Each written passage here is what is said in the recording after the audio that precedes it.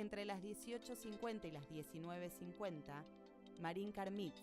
Una colección que interpela sobre las maneras de estar en el mundo, en diálogo con Aníbal Josami y Diana Wexler. Una colección que interpela sobre las maneras de estar en el mundo. Y nos acompaña, obviamente, Marín Karmitz, que es una personalidad a la cual se puede acceder por muchos lados de su polifacética actuación. Fue fundamentalmente un militante político, protagonista del Mayo del 68 francés. Ayer tuvimos en la universidad una mesa redonda muy interesante con él y con otros protagonistas y o analistas del Mayo del 68. Ha sido director de cine, es un productor, es una de las personalidades más importantes de Francia a nivel del cine y a nivel de la cultura en general.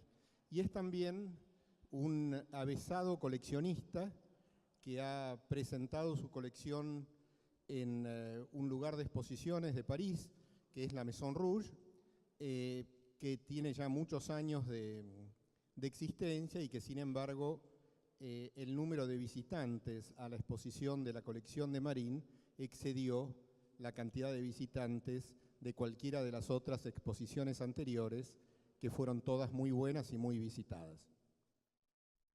Pero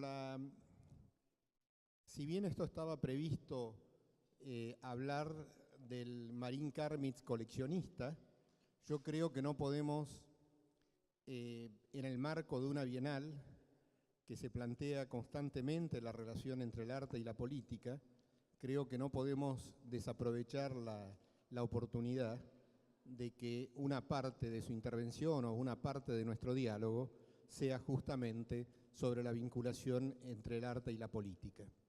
Entonces, vamos a iniciar primero la parte que tiene que ver con el Karmitz coleccionista, pasando un video que él nos ha traído que tiene que ver con la presentación de su colección en París, y después encararemos otros temas.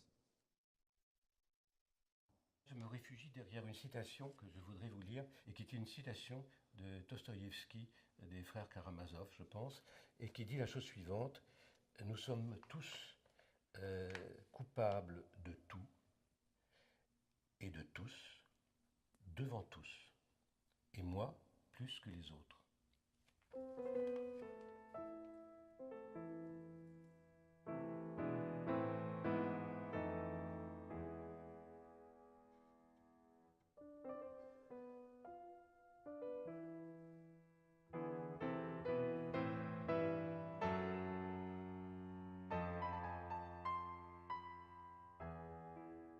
J'ai abordé cette exposition comme si j'avais un film à faire, avec un plateau de cinéma, un producteur, Antoine de Galbert, une productrice déléguée, Paul Reisenberg, et je me suis dit, bon, il faut construire une histoire, il faut raconter une histoire à partir de ces œuvres. La matière première, c'est les œuvres. Comment montrer ces artistes en les respectant et sans créer une confusion entre mes intentions et leur création. Faire un décor, en fait, pour que tout ce monde-là puisse se rencontrer et raconter une histoire. Et donc le travail d'accrochage est comme un travail de montage pour le cinéma, c'est mettre un plan bout à bout, et puis tout à coup on se dit, bah, ça va pas du tout, on comprend plus rien, ce paysage après ce gros plan ça marche pas, etc. Et donc je me suis retrouvé là comme une table de montage avec des monteurs qui faisaient un boulot qui apportait quelque chose à l'ensemble.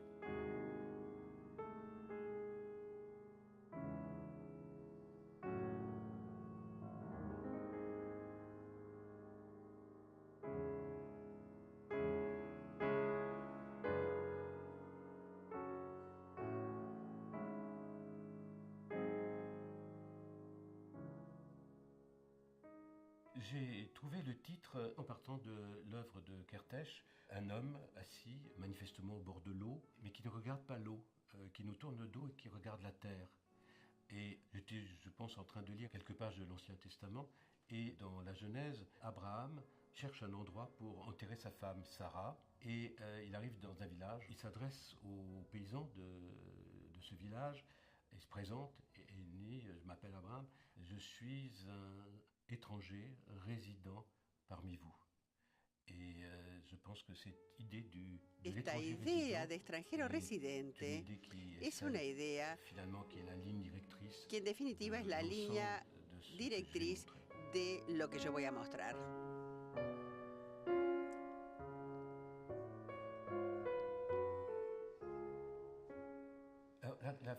La fotografía para mí fue un descubrimiento reciente. Yo empecé con la pintura. Yo era reticente ante la fotografía. Yo mismo hice fotos como fotógrafo casi profesional, porque yo fui fotógrafo para la agencia de prensa Liberación. Hasta que me di cuenta de que me enojaba y paré muy de golpe. Y la foto para mí no era un medio de expresión, era un medio de información, pero no de expresión. Yo poco a poco, gracias a Christian Cajol, logré comprender que la foto, algún tipo de fotos, era un arte en sí.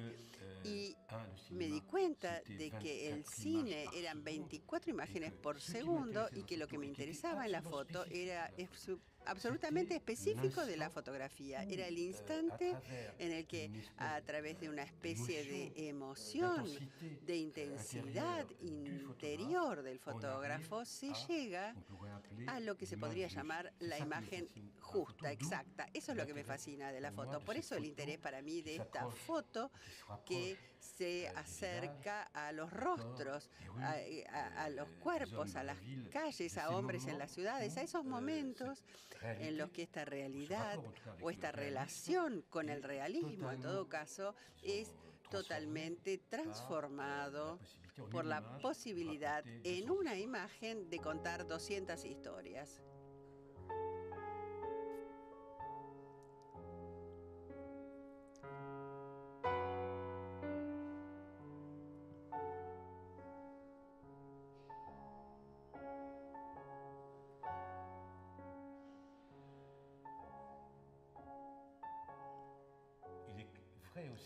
También es cierto que estoy muy apegado al blanco y negro.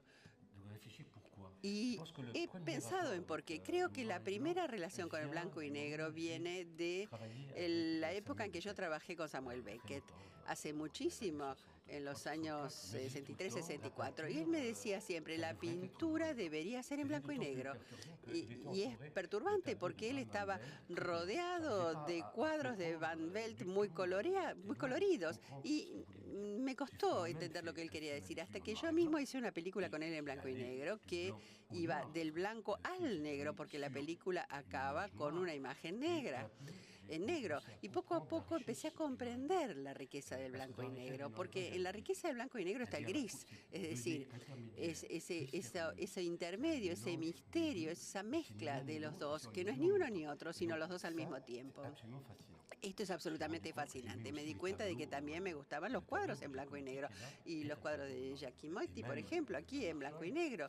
Y también en Marseille es una especie de blanco y negro. Por lo menos hay una proximidad con el blanco y negro. Y esto tiene que ver con el misterio que representa el blanco y negro. No hay misterio en el color, tengo fotografías que hacen el color. Hay grandes fotógrafos del color, pero yo solamente he comprado fotos en blanco y negro. Y no lo hacía profeso, sino que es algo que me atraía justamente. Lo sorprendente es el azar que me hizo encontrarme con estas imágenes y apegarme a ellas absolutamente, querer vivir con ellas. Empecé comprando una obra por impulso, la que está en la entrada de esta exposición, y poco a poco quise conocer, por ejemplo, otras cosas sobre Gotarshou, y acumulé poco a poco una cantidad de obras de Gotarshou. Y luego me lancé a buscar a otros fotógrafos, otros descubrimientos, y finalmente creé todo un mundo paralelo al mío, que es el mundo del silencio. Y esto pasa por la mirada, pasa por los rostros.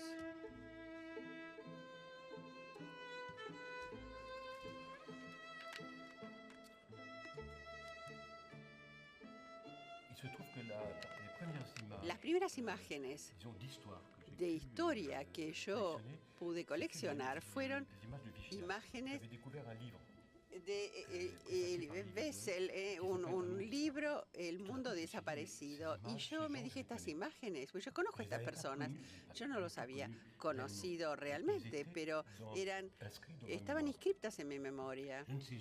Y en mi inconsciente, por lo menos, es como si yo hubiera vivido con estas personas. Yo continué en la búsqueda de ese tipo de imágenes y sin quererlo, sin hacerlo a propósito, me encontré con gente que yo vivía con ellos. Cuando yo vivía en Rumania cuando era chico, los gitanos, por ejemplo. Y también es toda una parte de mi adolescencia, de mi juventud militante, que fue marcada por la resistencia y por los resistentes alemanes.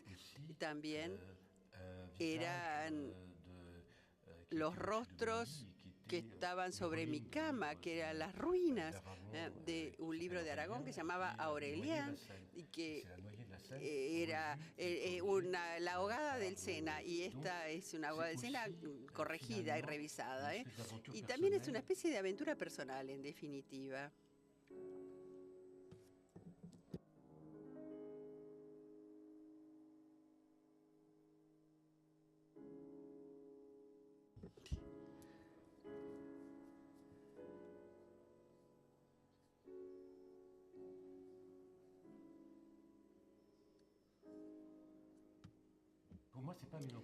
No es melancólico para mí. Creo que no se puede pensar el futuro sin reflexionar en ese pasado. Es un pasado que debería poder construir nuestro futuro.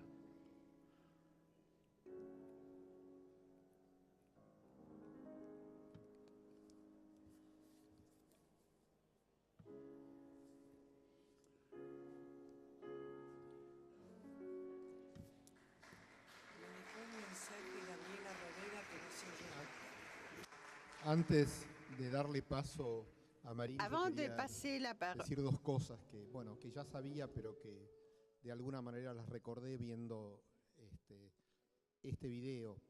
Por un lado, que ningún lugar mejor que que es el Hotel de los Inmigrantes, para que Marín Karmitz hable de su colección y hable de una exposición que se llama justamente Extranjeros Residentes.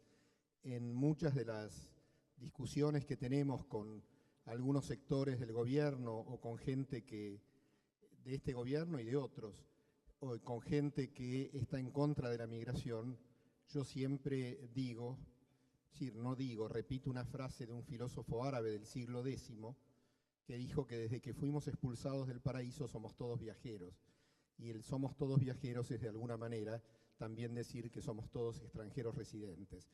Y otra cosa que se me ocurría es que Walter Benjamin definía al coleccionista como un artista que pinta su propia colección, y eso, que es aplicable a muchísimos coleccionistas, sin embargo es quizás más aplicable que a nadie a Marín, que es un artista que se volvió coleccionista y que hizo convivir, digamos, su vocación de coleccionista al mismo tiempo que su vocación de artista. Y ahora sí, no hablo más y lo dejo hablar a Marín.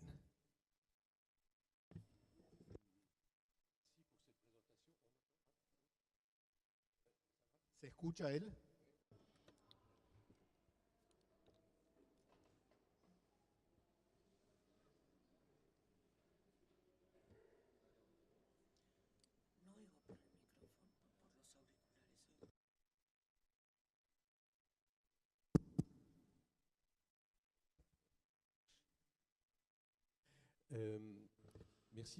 Muchas gracias por esta presentación tan cálida y amistosa. Estoy muy feliz de estar aquí con ustedes y en particular en este lugar. Queda claro que está en relación directa, en línea directa con mi vida, con mi pasión y mis elecciones artísticas, tanto como cineasta o como productor, y no como coleccionista, porque yo no me siento un coleccionista, yo me siento un aficionado y sobre todo como un pasador. Yo creo mucho en la necesidad de tener pasadores intermediarios entre los artistas y el mundo. Cuando yo era productor de películas, yo decía que era editor y marchand. Editor es ayudar a poner, a dar a luz. Es ayudar, es como el partero, digamos. Y el marchand es como un pediatra, aquel que ayuda al bebé a que viva. Y creo que este papel hay que tenerlo cuando uno lo elige, ¿eh? Y creo que ocurre lo mismo con todos los artistas y en particular con aquellos que son más solitarios, como los fotógrafos, los pintores, los escultores, los poetas o los escritores. Y este papel que yo traté de cumplirlo correctamente. Y me surgió la posibilidad de rodearme de amigos que son estas fotos, que son esas pinturas o esos dibujos, entablar un diálogo con ellos y conmigo mismo, pero sobre todo con mi historia y con la historia más en general, porque yo nací en el año 38 y yo atravesé una parte de la historia reciente de Europa. Y traté, al mostrar esta colección, de contar esta historia, poniéndola en escena, escenificando esta historia a través de las fotos que ustedes ven y que reúnen a artistas del mundo entero. Y elegí artistas que a menudo son los menos conocidos, los más ignorados, los más despreciados por el mercado, por lo que se llama el mercado. Pienso que también nuestro papel de pasadores es el de tratar de mostrar a aquella gente que merece ampliamente ser mostrada y que no lo es. Ayer, charlando con Marín, aparecieron algunas ideas que me gustaría retomar para dialogar con el público, que tenían que ver con un concepto ético y estético a la hora de elegir las piezas que integran su colección, pero que además comparte ese criterio la práctica de productor, de director, de artista que usted venía llevando adelante. Y en esa clave ético-estética, usted hablaba de dos conceptos que me parecen interesantes retomar, o que lo invito a retomar en esta charla.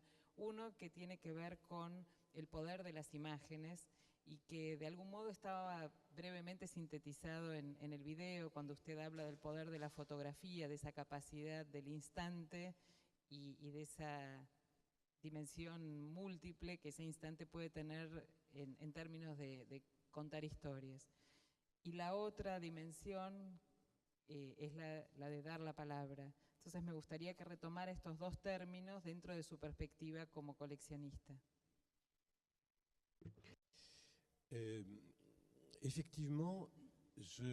Efectivamente, desde que comencé a hacer cine, me di cuenta de que manejo dinamita y que esta dinamita son las imágenes. Es el poder que pueden tener estas imágenes, es decir, que lo que es peligroso para mí no es la imagen como tal, sino el poder que se le acorda, o que se le puede acordar, que se le acuerda, o sea, esta capacidad de ser un objeto de idolatría o capacidad de transformar la realidad en idolatría. Y creo que constantemente Y en particular en el mundo actual estamos ante una necesidad de conciencia del artista, pero también del coleccionista y también de los periodistas e incluso de los curadores de exposiciones, en el hecho de que muestren tratando de no transformar una imagen que puede tener mucha significación humana, de ternura o de poesía o de información, no transformarlo entonces en imágenes de idolatría, que ya sea por la violencia o por el placer que se tiene en ver esa violencia, un placer cómplice a menudo de la violencia, o por la iconografía, la imagen iconográfica. Esto es algo que yo detesto por sobre todo, la imagen simbólica que resume en una imagen un mundo complejo. Estas son cosas que yo creo que podemos analizar y tratar de escapar a ellas. La reflexión en torno al poder de la imagen, bueno, yo intenté hacerla a través del conjunto de obras que he podido reunir, porque lo que yo trato de comprar y de mostrar son las imágenes que plantean preguntas ante las cuales el autor no da respuesta, sino que el espectador es quien debe conseguir las respuestas por sí misma. Es como una pensión en la cual hay que llevar su propia comida. Y yo estoy persuadido de que soy el artista, yo soy quien fabrica las imágenes. Esto es un peligro si uno piensa eso. Hay que ser muy modesto ante lo que son. Entonces, hay toda una ética ante estas imágenes. Se podría hablar mucho de esto. El otro elemento que apareció en mi vida con mayo del 68 fue la cuestión que se nos planteaba como intelectuales, nuestro papel como intelectuales y como artistas. En esa época yo todavía no era productor, yo hacía puesta en escena de películas y de distribución. Y una de las cuestiones principales que se planteaba a los intelectuales y a los artistas era cómo dar la palabra a la gente que no la tenía. Y ya sea a las mujeres en las fábricas o a los prisioneros en las cárceles, a los locos en los asilos, los médicos que se ocupan de los locos en los asilos, los homosexuales, etcétera, etcétera. Entonces había que encontrar y ser un elemento posible para esa toma de la palabra. Mi tercera y última película, Golpe a Golpe, yo di allí la palabra a obreras de una fábrica textil que ya no soportaban más sus condiciones de trabajo y que hacían huelga, ocupaban la planta y secuestraron a sus jefes y les hicieron vivir a sus jefes lo mismo que ellas vivían durante toda la jornada. Esta película fue un escándalo, un gran escándalo, porque cada vez que se lo pasaba en algún lado, las obreras volvían a entrar en huelga o iniciaban una huelga. Entonces me prohibieron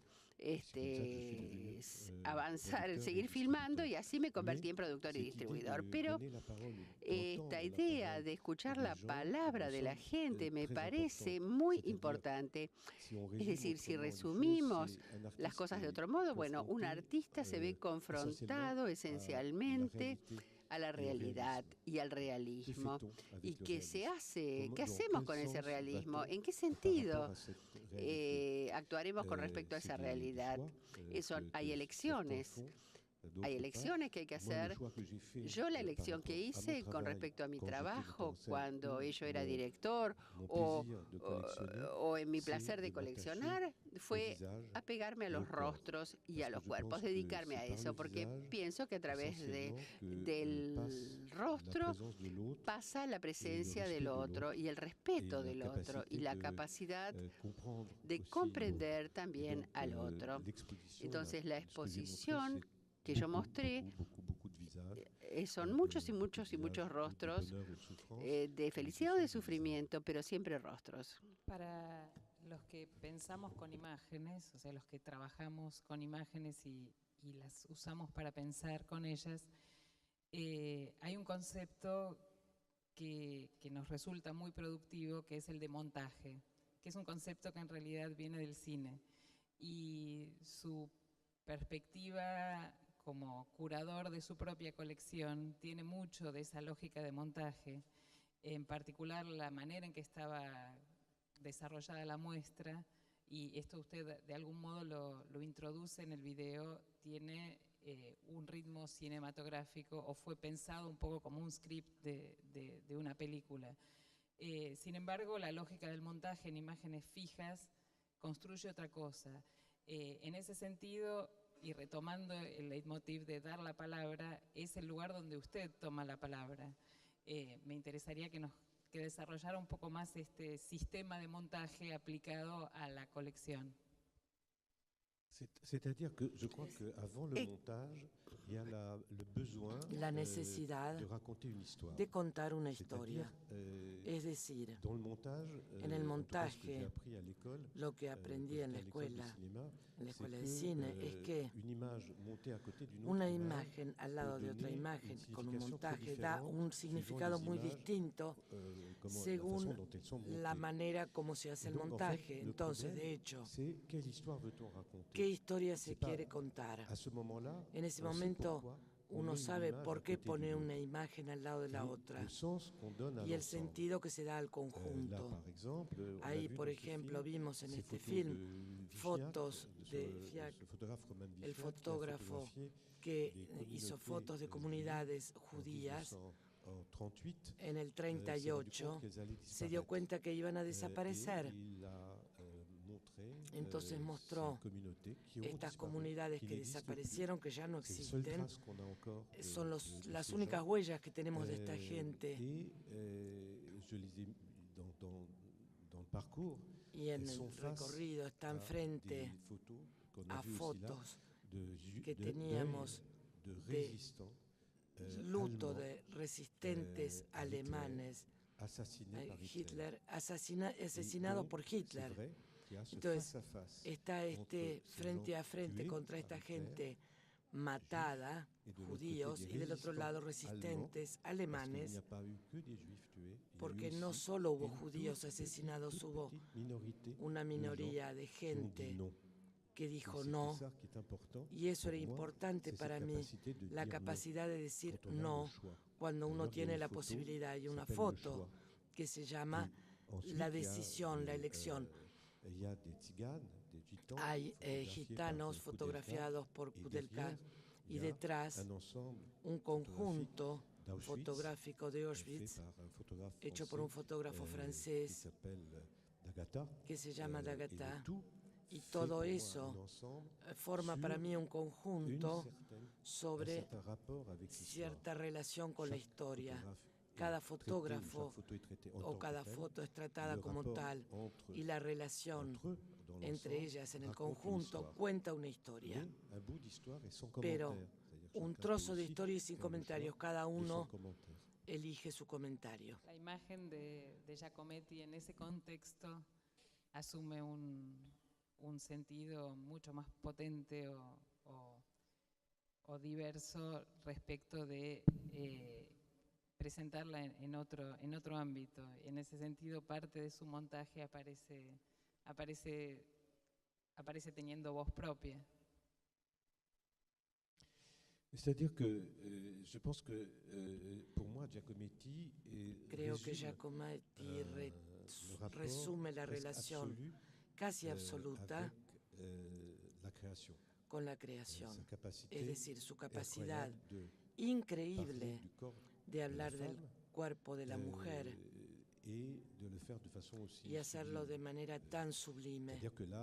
Es decir, que allí se supera el realismo, se va más allá de la realidad y es la interpretación de la realidad que reúne todos los significados posibles. Ese cuadro para mí es uno de los más lindos del mundo porque en el cuerpo de la mujer hay un rostro de hombre y solo se ve ese rostro de hombre que si solo se lo ve si se está a cierta distancia. Él iba a dibujar un hombre y después la cara de este hombre quedó en el vientre de la mujer. Entonces evidentemente se ve que si se presta atención, se ve que si uno se aleja o se acerca es un conjunto, evidentemente de algo visto por un enorme artista. Aníbal quería hablar de arte y política y creo que esto forma parte, ¿no? Toda esta lógica que Exacto, y además, que Marín aplica para pensar su colección, habla de una política de las imágenes. Exacto, y hace un paralelo entre su vida como artista, que el rol era crear y difundir, y la tarea de coleccionista, que era coleccionar y mostrar. Es decir, que pareciera que le adjudica al coleccionista o que un rol que puede ser tan político como el rol que puede tener el artista, si lo que hace es coleccionar y mostrar. Y al mostrar está dando está mostrando también su visión de la vida y su pensamiento. Creo, a priori, que todo coleccionista hace eso. Hay varias formas, como sabes, de hacer política, ya sea en el sentido del poder. Por ejemplo, hay coleccionistas que únicamente usan el sentido del mercado internacional y de la especulación. Esta es una forma de poder, es una forma de relación con el arte que personalmente no me interesa en lo más mínimo. Le pedí permiso para interrumpirlo porque él estaba diciéndonos que hay algunos coleccionistas que su relación con el arte es la relación de poder, en el sentido de comprar obras para venderlas y estar constantemente en relación con el mercado. Y yo le quería hacer notar que en esta Bienal, desde que se inició, planteamos dos cosas. Por un lado, que íbamos a incorporar a los verdaderos coleccionistas como parte de la Bienal y por lo tanto solo hemos invitado a coleccionistas que tienen ese concepto. Y por eso, además de su importancia como artista, lo queríamos tener acá hablando de su colección porque sabíamos que esa era su visión del coleccionismo, que es la visión del coleccionista que al analizarse la historia del arte cumple un rol histórico y no la de aquel que en vez de invertir en acciones de bolsa, resuelve invertir en cuadros.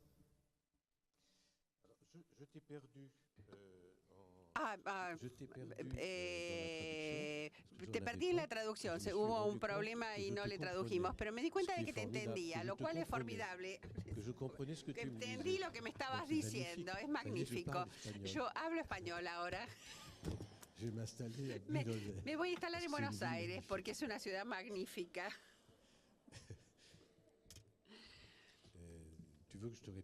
¿Querés una respuesta?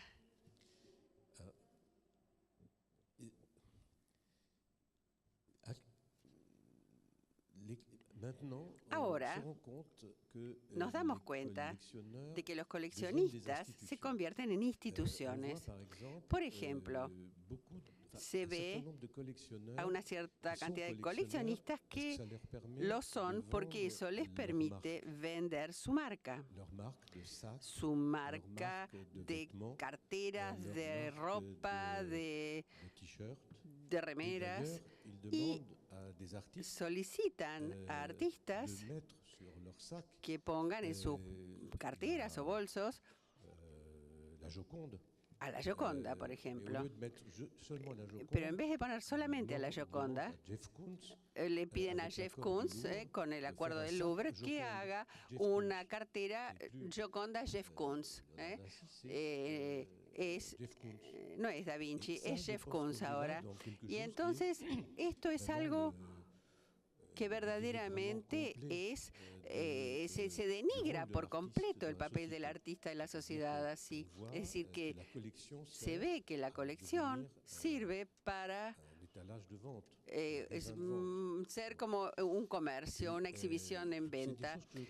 Y estos son cosas que yo creo que son muy peligrosas porque permiten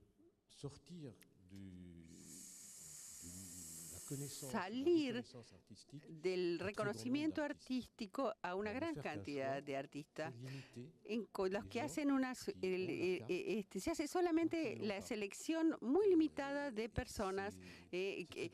Esto pueden acceder las personas que tienen tarjeta o que no tienen, sería la cosa, los que tienen como su inscripción al partido sería. Es una sociedad en definitiva muy reducida y difícil. Es difícil hacerle preguntas a alguien cuando uno descubre que está totalmente de acuerdo.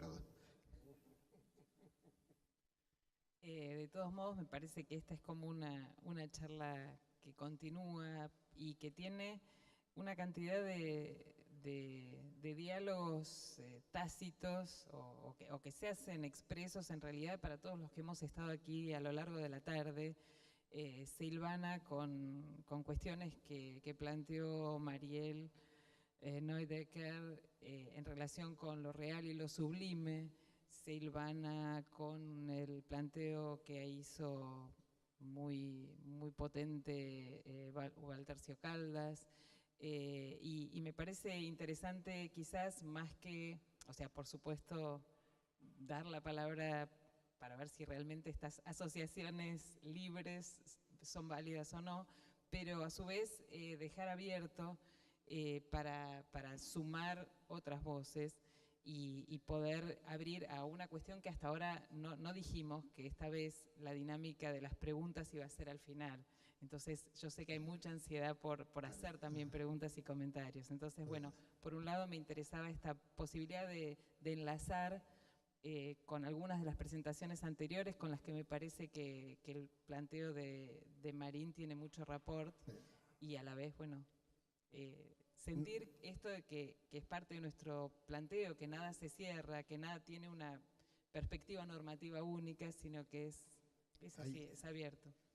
Había una vieja discusión entre André Breton y León Trotsky, que André Breton decía que el arte tenía que ser totalmente libre, salvo que atentara o que se opusiera a la dictadura del proletariado. Y Trotsky le contestaba que no, que el arte tenía que ser totalmente libre. Entonces, a Marín, que es una mezcla de militante, artista y coleccionista, y que ha estado profundamente vinculado a la política, tanto en su actividad política militante como en su actividad como artista, sería bueno preguntarle cuál es la definición de la relación entre arte y política.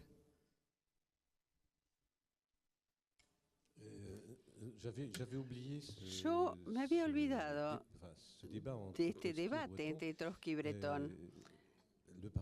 La paradoja es que creo que Breton, que fue un pequeño dictador en el arte, permitió al arte ser extremadamente libre y a que artistas fueran extremadamente libres, y que Trotsky, que defendía la libertad en el arte, participó